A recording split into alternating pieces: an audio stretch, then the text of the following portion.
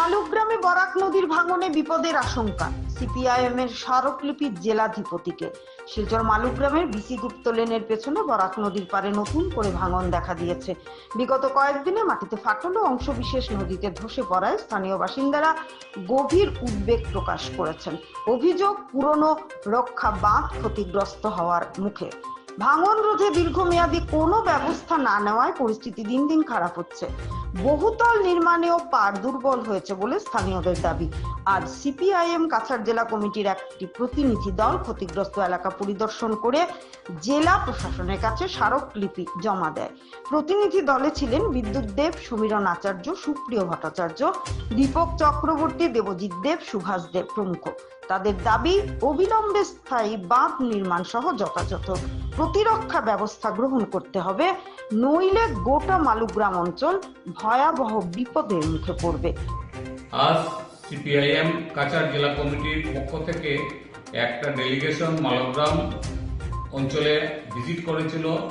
বর্তমান যে নদীর অবস্থা তার পরিপ্রেক্ষিতে দেখা যায় মালুগ্রাম অঞ্চলে নদীর পার ভাঙন শুরু হয়েছে এবং সেই যে অবস্থা তার পরিপ্রেক্ষিতে আমাদের মনে হচ্ছে যে নদী যে কোনো অবস্থায় বাঁধ ভেঙে মালুগ্রাম অঞ্চলে বিস্তীর্ণ অঞ্চলে সে প্লাবিত হতে পারে।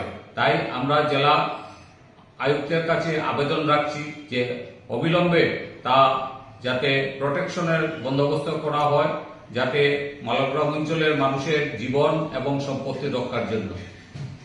আগে একবার ঝাওয়া পাথর দিয়ে এটাকে বাঁধানো ছিল এবং বহু বছর সেটা টিকেও ছিল, কিন্তু তারপরে বিগত 10-15 বছর আগেই এই অঞ্চলটাতে আবার ফাটল দেওয়ার পরে বিভিন্ন কর্তৃপক্ষ থেকে এসে বারবার দেখার পরে কিছু টেম্পোরারি জাস্ট কিছুটা অস্থায়ীভাবে কিছুটা প্রোটেকশন নেওয়া হয়েছিল।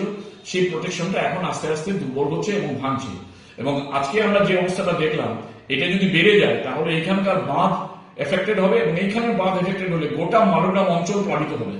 সুতরাং আমরা দাবি করছি, আজকে স্মারকলিপি দিচ্ছি আমরা জেলাধিপতির কাছে এবং আমরা দাবি করছি যে এই অঞ্চলে যেন স্থায়ীভাবে একটা ব্যবস্থা গ্রহণ করা হয় যাতে এই নদীর পার এই অঞ্চলটাকে সুরক্ষিত রাখতে পারে।